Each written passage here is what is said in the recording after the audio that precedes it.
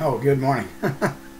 Brother Chad Long here from Delhi Baptist Church. My shirt looks crooked in the camera, but I don't know why. Anyway, this shirt was a gift, so if it looks like I wear it a lot, that's why.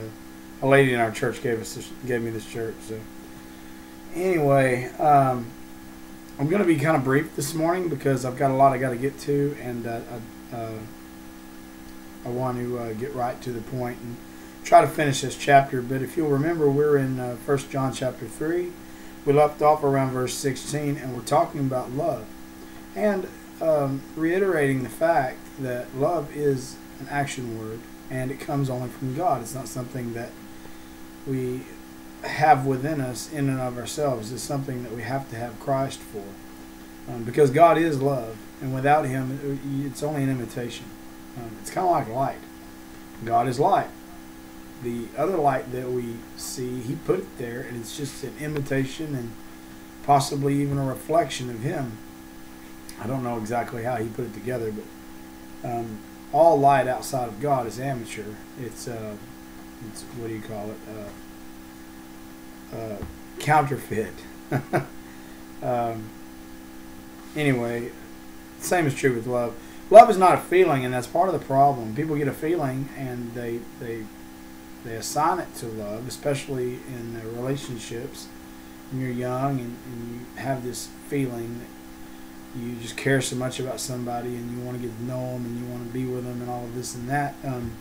There are aspects of love in it, but that's not, in and of itself, that's not love, because love is an action word. Love is still caring about somebody, even when all of the things that you originally noticed about that person have faded. I mean, looks fade and personalities change, and you see the other side of someone, and when you really love them, you have the love of Christ in you, you love them no matter what they do.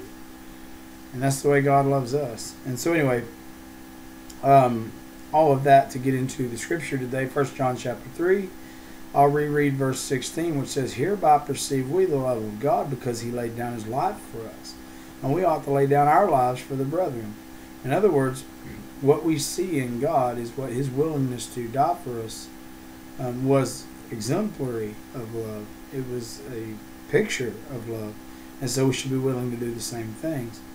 Verse 17 says, "But whoso hath this world's good, and seeth his brother have need, and shutteth up his bowels of compassion from him, how dwelleth the love of God in him?" Now put this in plain English. If you're doing well, I mean you're doing good, and God's blessed you, and you have more than you need, and you encounter someone who doesn't have a lot, I understand that some people are just out to take what they can get.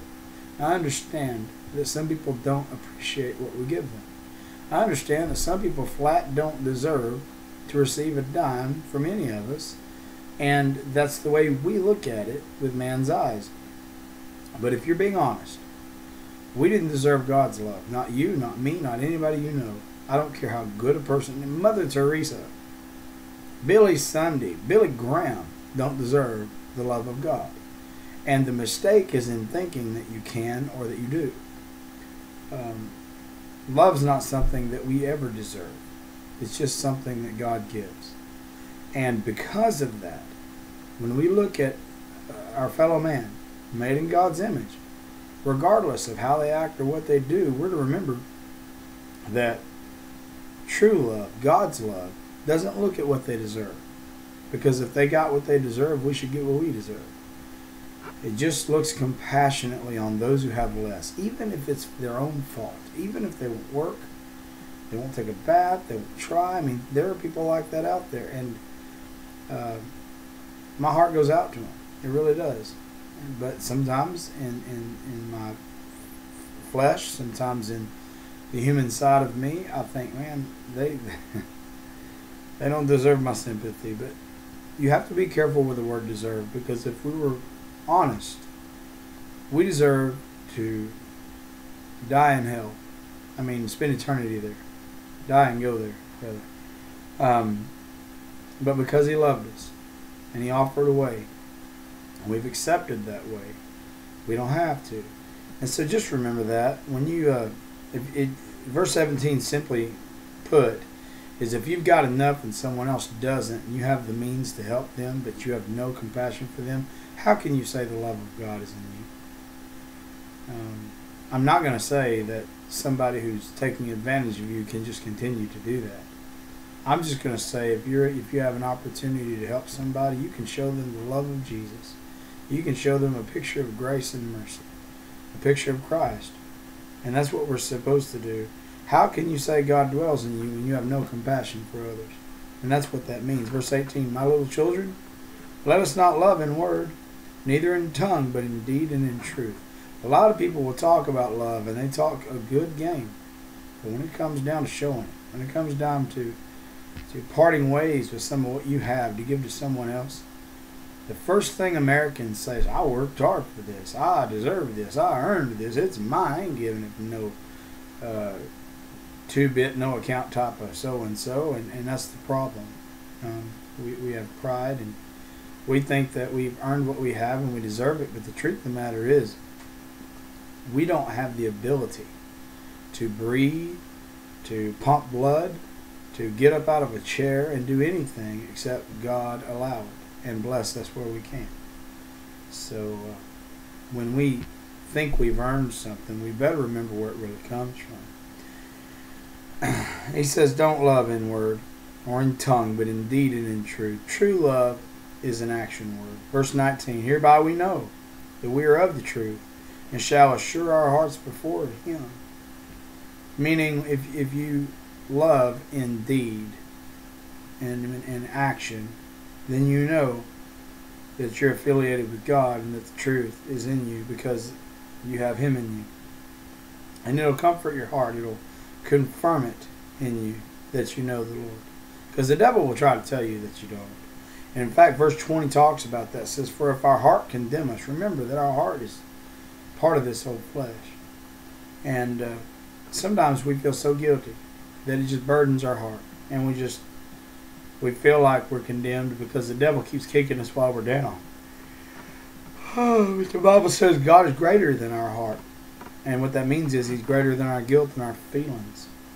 You may not feel worthy of God, and that's good because you're not. But God is greater than how we feel. And He knows all things. And He looks on what, He looks on our heart. He knows where we're at and what we think and how we view other people. You can act all you want to in front of me like the most pious and loving and giving person. But if you're truly not, though you may fool me, you don't fool God. He says, verse 22, I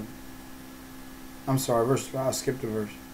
Verse 21, beloved, if our heart condemn us not, then we have confidence toward God. In other words, if we don't feel that guilt the devil puts on us, then we find confidence in God, knowing that we don't have any guilt or shame because of His name, because of what He did. Oh, pardon me. Verse 22, whatsoever we ask, we receive of Him because we keep His commandments and do those things that are pleasing in His sight. And this is His commandment, that we should believe on the name of His Son, Jesus Christ, and love one another as He gave us commandment. That's pretty straightforward. I don't have to explain that one to you. And he that keepeth His commandments dwelleth in Him, and He in him. And hereby we know that He abideth in us by the Spirit which He hath given us.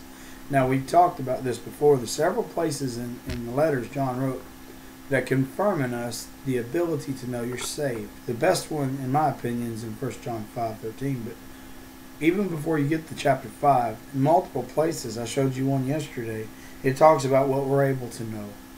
And we're able to know that He dwells in us, which is just another way of saying that you know you're saved.